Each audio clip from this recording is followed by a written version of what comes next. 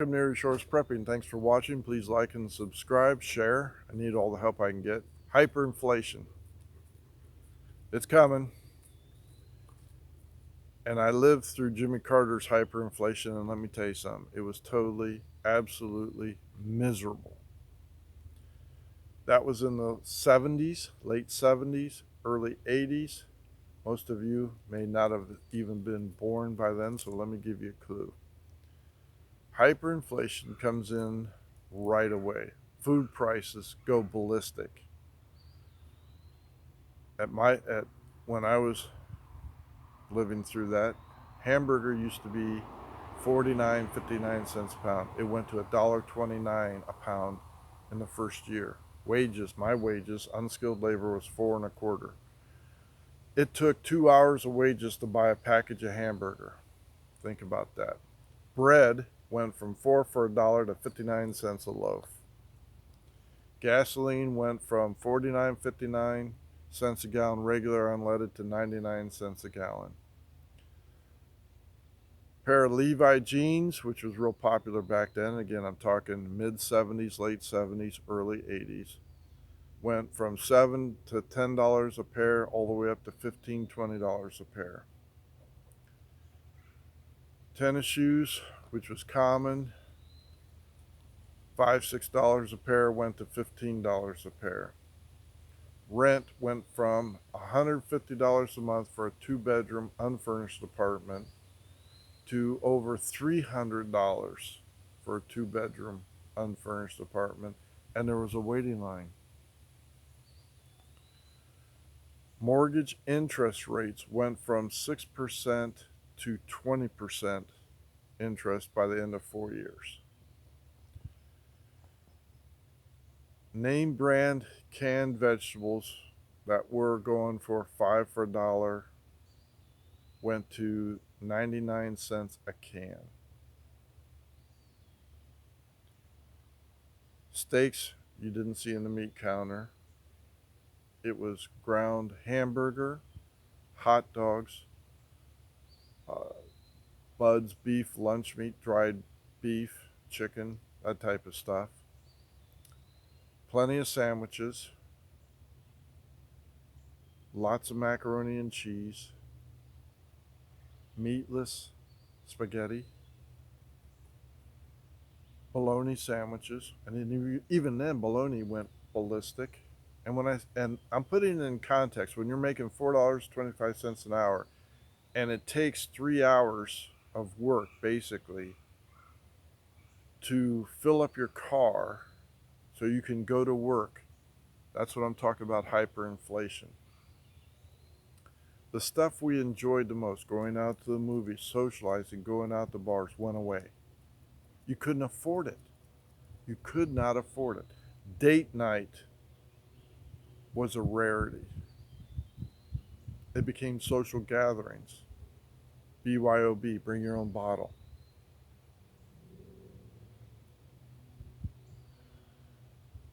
The anger and resentment across the country, the racial tensions was at an all-time high. Common phrases: wage freezes, federal hiring freezes, price freezes, introduction to generic label food.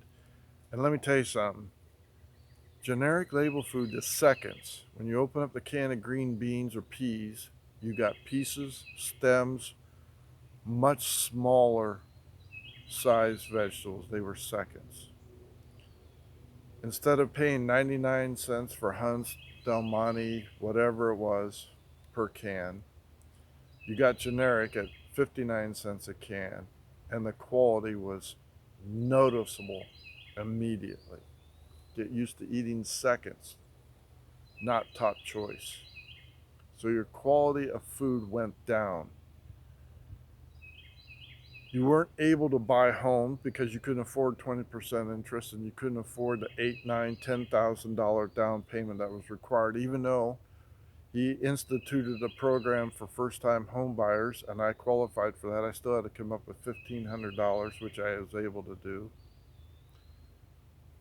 I got 18% interest on a home that I was paying $65,000 for, which would be equivalent of a $250,000 mansion.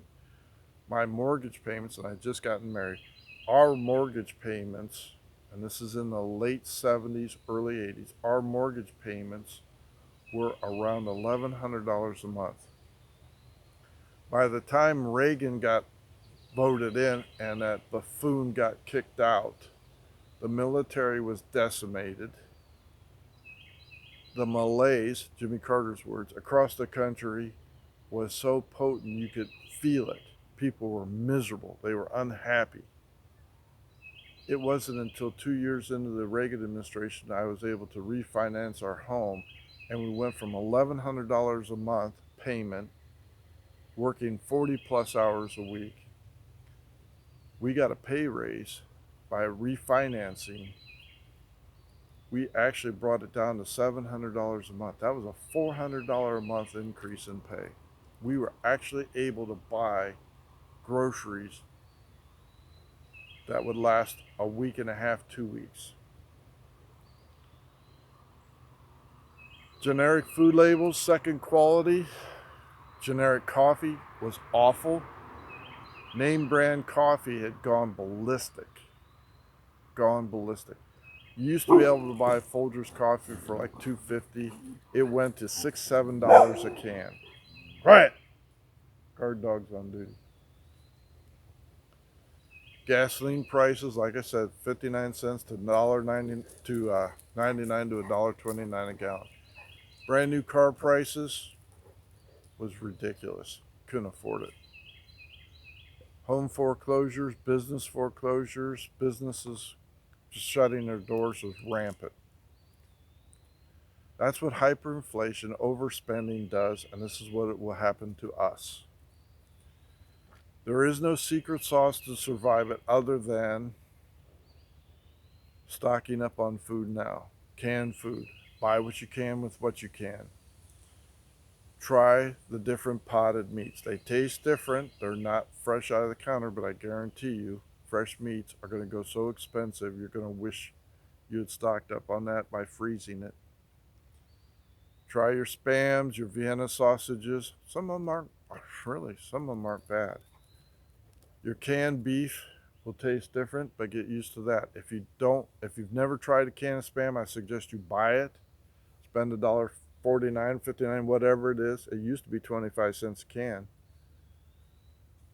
Try it, cook it up with some little bit of butter or a little bit of oil with some potatoes and eggs on it. I like it. It tastes pretty good. Stock up on pasta sauces, spaghetti sauces. Get used to eating a lot of pasta, mac and cheese, hot dogs. You won't be able to afford the meat. They're going to herd us into mass transit. Get ready to survive that. Ride sharing. Buckle in. People are going to be angry. Crime will go way high. It was during then. Drug abuse, alcohol addiction went through the roof. People always wanted to try to escape.